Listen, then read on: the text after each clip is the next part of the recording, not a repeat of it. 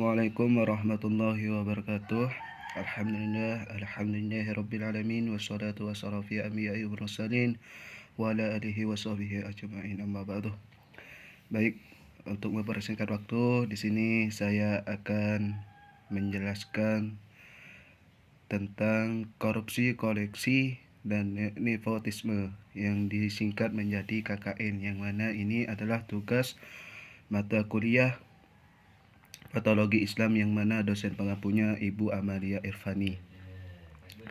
Baik, langsung saja masuk ke materinya. Di sini ada pengertian KKN. Yang pertama, korupsi adalah perbuatan yang buruk seperti penggelapan uang, penerimaan uang dan lainnya untuk memperkaya dirinya sendiri atau korupsi yang mengakibatkan kerugian keuangan pada negara. Di sini korupsi ini bisa diartikan yang mana kita sebagai ketua atau DPR atau sebuah mempunyai kejabatan itu kita melakukan sebuah penggelapan uang kepada orang atau penerima uang, yang mana penerima uang ketika ada pembangunan itu kita menyuapnya kepada orang lainnya.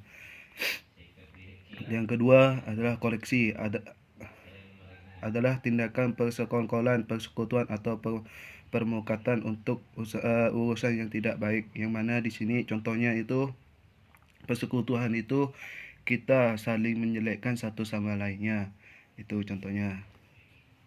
Yang kedua, nepotisme berarti lebih memiliki saudara atau teman yang dikasihi rekomendasi bukan berdasarkan kemampuannya.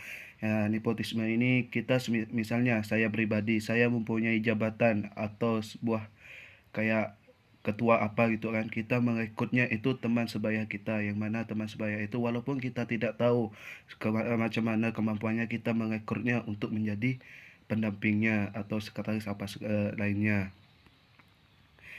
Lanjut, sejarah KKN.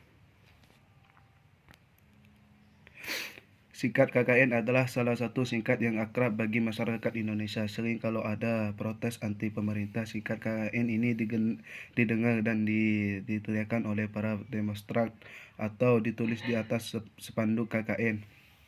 Mengacu ke korupsi, kolusi, dan nepotisme dan yang sangat menyebalkan mayoritas penduduk Indonesia telah menjadi bagian interaksi atau sudah memendarkan daging di pemerintah Indonesia, mungkin mencapai puncak selama rezim Orde Baru Presiden Soeharto, yaitu 1965 sampai 1988. Meskipun terdapat banyak contoh korupsi dalam sejarah sebelumnya, di Indonesia kita ambil sebagai titik awal kita rezim Orde Baru Presiden Soeharto, yang mana di sini dari 1965 sampai 1908, yang ditandai dengan pertumbuhan ekonomi menggesahkan yang cepat dan berkelanjutan dengan produk nasional bruto rata-rata plus 6,7% per tahun antara tahun 1965 sampai 1906. Tapi juga terkenal karena sifat korupnya. Soeharto memanfaatkan sistem protese untuk mendapatkan loyalitas bawahnya anggota elit nasional dan kritikus terkemuka dengan menawarkan peluang bisnis atau posisi politik kepada mereka. Soeharto bisa mengandalkan dukungan dari mereka dengan angkatan bersenjata, termasuk aparat intelijen dan pendapatan sumber daya nasional yang sangat besar yang berasal dari produksi minyak bumi yang booming pada 1970-an, yang digunakan di meraih kedudukan puncak dalam sistem politik dan ekonomi nasional, menyerupai kekuatan pratimolal penguasaan tradisional di masa prakolonial dulu.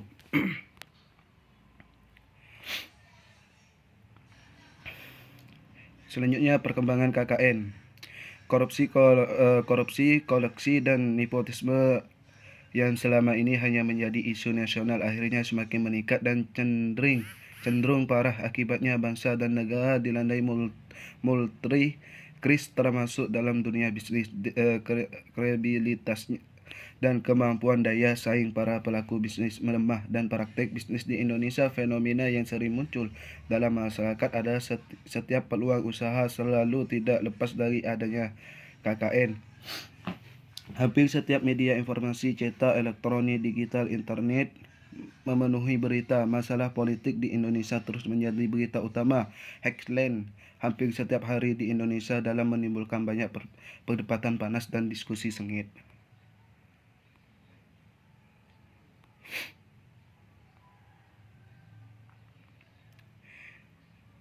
Ya, ini solusi perilaku anti korupsi mulai pendidikan, yang mana perilaku anti korupsi ini mulailah dididik dari pendidikan, dari SD, SMP, SMA, dan seterusnya. Itu kita udah menanamkan pendidikan anti korupsi. Bagaimana supaya ketika dia menjadi ketua atau jadi ketua DPR dan seterusnya, itu pejabat, supaya dia tidak melakukan korupsi, supaya tidak merugikan negara dan masyarakatnya. Penanaman nilai-nilai budaya leluhur, kejujuran budaya, malu, disiplin, kesederhanaan, daya juang. Yang mana di sini kita menanam nilai-nilai kebudayaan leluhur kita, kejujuran dan kebudayaan melalui disiplin, kesederhanaan. Kita sebagai pemimpin itu kita harus melakukan dengan melakukan kebudayaan dan kejujuran budaya dan disiplin kesederhanaan. Kita tidak boleh menghidupkan mewah-mewah sedangkan di bawah kita, rakyat kita, terjerit apa yang kita udah lakukan di atas. Transparansi perencanaan program KKN.